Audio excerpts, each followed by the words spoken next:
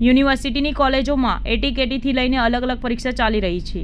University દ્વારા પ્રથમવાર મહિલા સ્ક્વોડની રચના કરવામાં આવી છે. ત્યારે કોલેજની પરીક્ષામાં તપાસ માટે નિમેલી મહિલા સ્ક્વોડ ફરી વિવાદમાં આવી છે.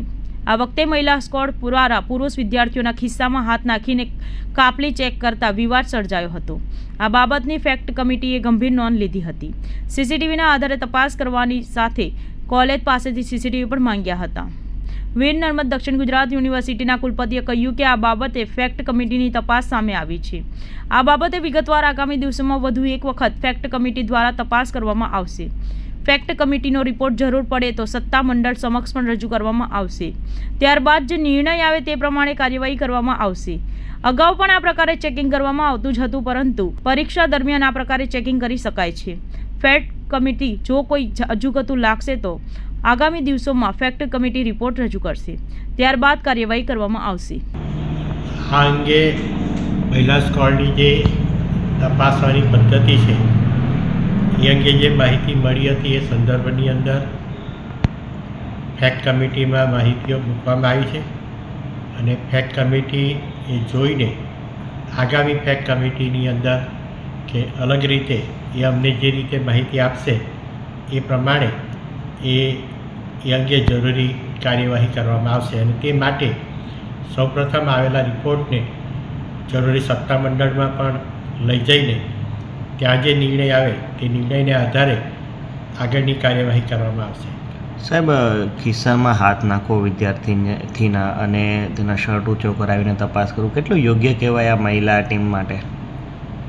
સામાન્ય રીતે એ ચેક કરવાના ભાગરૂપે આ પ્રક્રિયા કરવામાં આવી છે,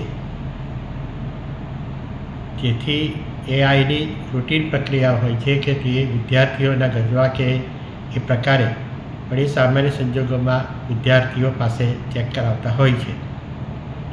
મતલબ મહિલા સ્કૂલ આ કાર્યવાહી કરી શકે ખરી?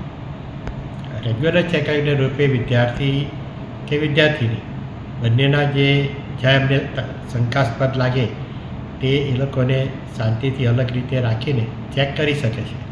તેમાં બીજી કોઈ કોલેજોના ફૂટેજ મંગાવાયા હોય એવું કંઈ? ના, હાલની અંદર જેટલાની માહિતી મળી છે આ પ્રકારની તેટલાની જ માહિતી મંગાવવામાં આવી છે. મહિલા સ્કોડ શું કોઈ માફી મંગાવશે કે એવું કંઈ કાર્યવાહી આગળ? એ આગળ જે અમારી સમિતિઓ જે છે તે જે રીતે માર્ગદર્શન આપશે એ પ્રમાણે આગળની કાર્યવાહી કરવામાં આવશે. આમાં પ્રાથમિકમાં એવું હતું કે મહિલા સ્કોડને કોઈ એસઓપી જ નથી આપી એવું એમનું કહેવું છે ચેકિંગ માટે.